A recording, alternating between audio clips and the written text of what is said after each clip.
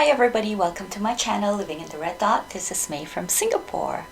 So I just noticed that my gray hairs are really very prominent.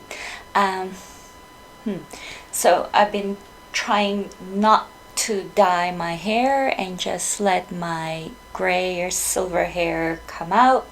And let's see how that goes, if I have enough willpower to withstand dyeing it. um, anyway, I digress. So today I have two perfumes for you. The first one would be Christian Dior's Midnight Poison, and the other one would be YSL's Elle. So okay, let's start with Midnight Poison. So Midnight Poison, I only have a small bottle right here. It's very cute.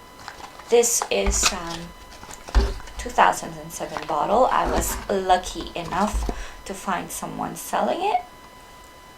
It's used, so it's got a few more ml like left in there. Yeah, many of you know this is very hard to find, very well loved, and very expensive if you do find it. But I found someone selling it real cheap, so I didn't really pay much for this. Okay. If you have been following my channel for a while, I have done kind of a line of the a review of the full line of Christian Dior's Poison series, and this was the only one I was missing, I believe,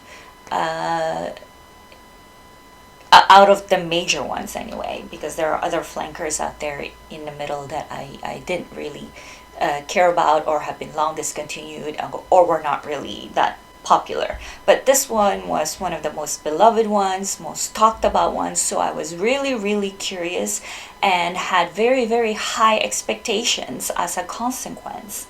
So when I tried this one, I have to say I was not really impressed. It's not what I expected. I expected something dark, something gothic-y, because of the advertising. You know, Eva Green looks really amazing. So yeah, she had the dark eye makeup. You know, I think it was a very dark navy blue dress. Like, she looked like kind of like a seductive like witch. So yeah, so that was my expectation, but this perfume was not that. Okay, it's not that dark, to be honest. And the opening to me, like that citrus and patchouli opening is strong in patchouli, by the way. You can smell patchouli all the way through. That citrus and patchouli just does not appeal to me. It smells like something kind of off, or going off, like it's like rotting. So I think it was bergamot orange and patchouli that was most prominent up there in my nose, and I really couldn't stand it. So it doesn't last long.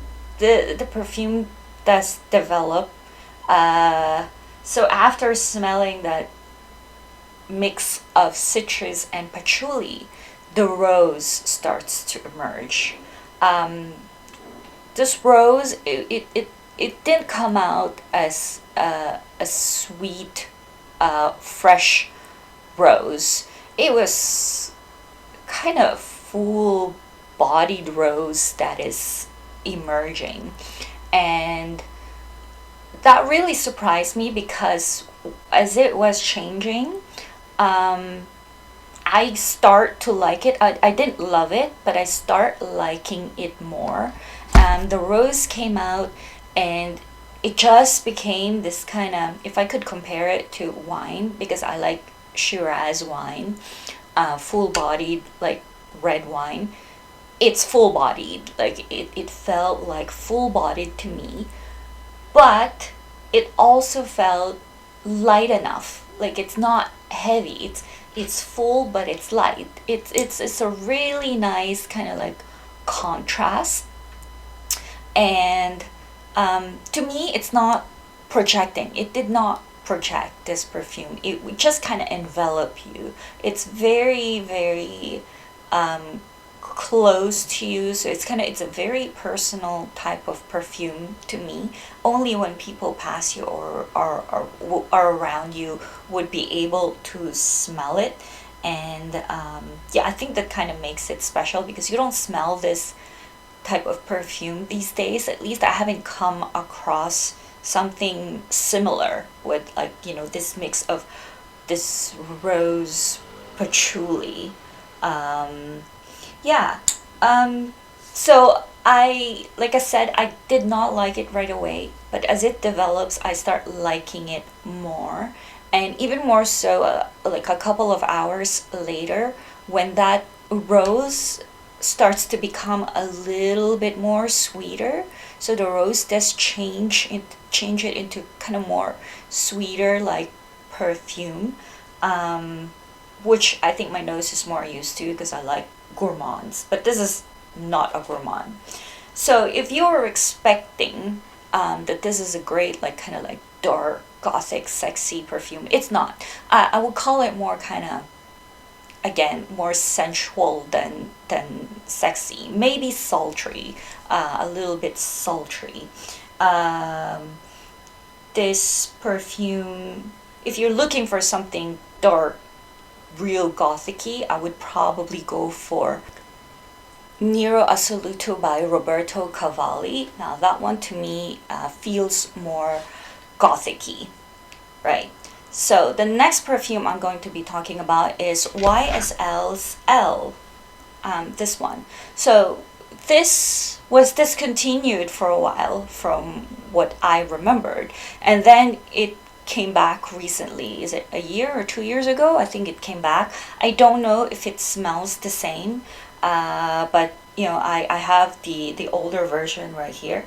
I forgot to check in Check Fresh what year this bottle was manufactured, but anyway, definitely this is an older one.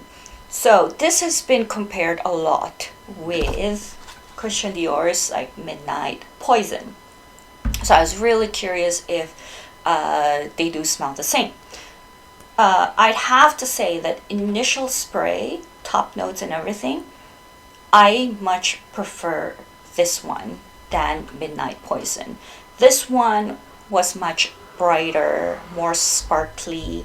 Um, it it has that lychee lemon at the top, and it's very, very light, sparkling, and nice. I find it very, very refreshing.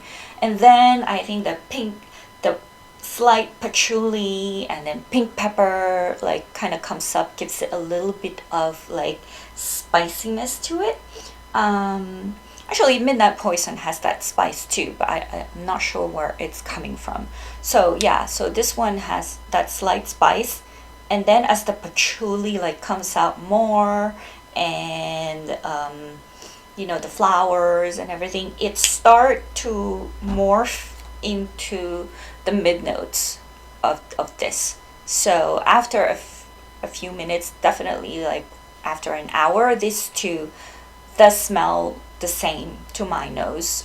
There's maybe this one is still a bit lighter, but the resemblance is definitely there. So yeah, so this one, they actually have the same perfumers work on these, so it's not surprising. Like I said, I much prefer this one over the Midnight Poison. So maybe the perfumers really did mean for this to be lighter, a lighter version of this. So if that's what they meant, then that works out. I mean, color wise, they are very different. This is very vibrant, this is very dark, so maybe that is the total intent of the perfumers. So if you cannot get a hold of this, go for this one. It's actually pretty good. This lasts about 6 hours or so. This one a little bit less, but that's not too bad for an EDP. So I so that's it. I hope you enjoyed this review slash quick comparison between Christian Dior's Midnight Poison and YSL's Elle EDP. If you do, please press like, share, and subscribe, or make a comment, give me a thumbs up, happy face, or just say great. That would be awesome. Thanks so much. Bye.